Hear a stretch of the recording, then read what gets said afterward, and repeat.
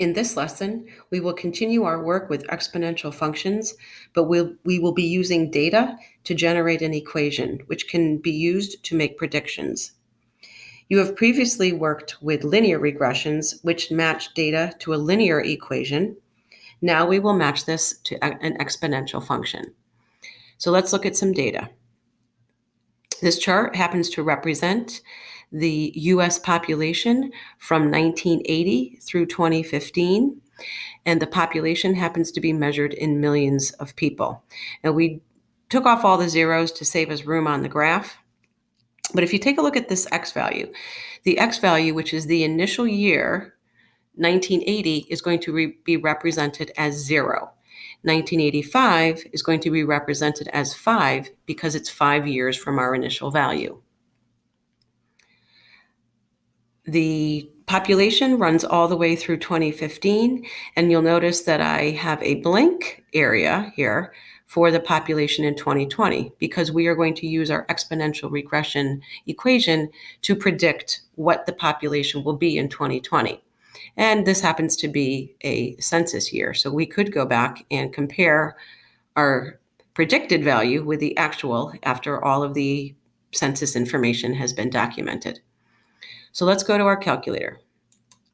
I'm going to start in the graphing screen, and I'm going to have you notice that there is this little plus key up in the upper left-hand corner. That's to add an item, and I'm going to click on that, and it gives me a whole menu of choices. I want to enter my data in as a table, so I'm going to click on the table, and it will immediately give me an X and a Y axis. Because this is our first graph, we are going to have a sub 1. I'm going to start typing in those numbers. My 0 was my first value, and I hit enter. My second one was 5, and I'm going to hit enter.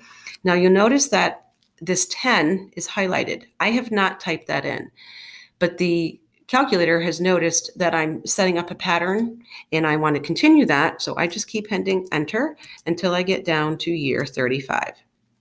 I'm now going to go back to my Y1 value and enter in the population in 1980. That was 226.5 million people. You'll also notice that a point came onto my screen. I've already set my window because I knew my parameters. But if you did not, you could always hit this little zoom fit key, and it will bring you to a window where you'll see your point. In 1985, or 5 years from the initial value, that population was 237.9 million people. That point has also been added in. I'm just going to pause my screen and enter in the rest of this data. I have entered in the rest of my data, and you'll notice that all of the points seem to be forming a line, but we will use our calculator to let us see how close this is to an exponential regression.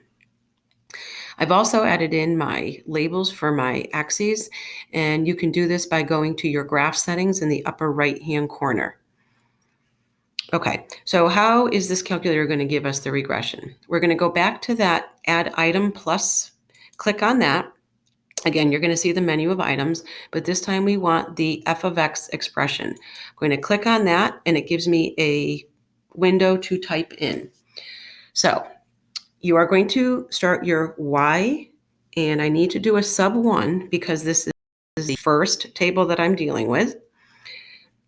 Now, the symbol that you're going to need to use for your exponential regression is the key to the left of the 1 key. It's a shift key, and it happens to be the similar symbol. And this is the symbol that is telling the calculator, and Desmo specifically, that we want them to do a regression. Well, if it's an exponential regression, we need to type in A times B raised to the x power.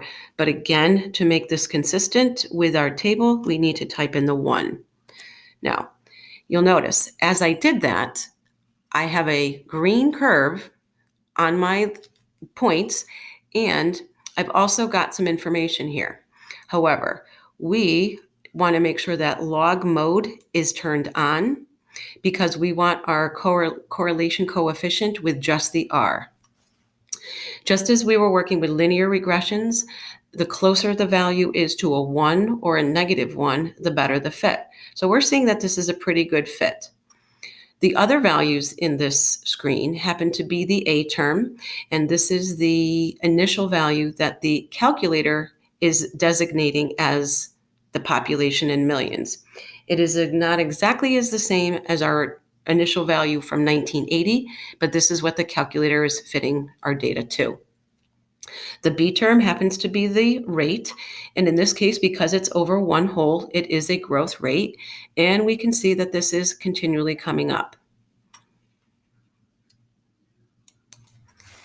So I'm back to our notes page where I have the correlation coefficient defined, the A term, the B term, and I've actually provided it in our notes. Now, since we are using this to predict for the year 2020, I'm going to take these values and I'm going to substitute them into our exponential equation, our initial value that the calculator is stating, times our growth factor, times the 40, because that happens to be 40 years from the initial value. You can use a regular calculator to substitute these numbers in, and I'm finding that it's a 338.1 million people are predicted to be living in the United States in the year 2020. I can go back to my table and enter that value in now. 338.1 million. Use these notes along with this help for your Desmos graphing screens to help you out when you are working with other activities in these slides.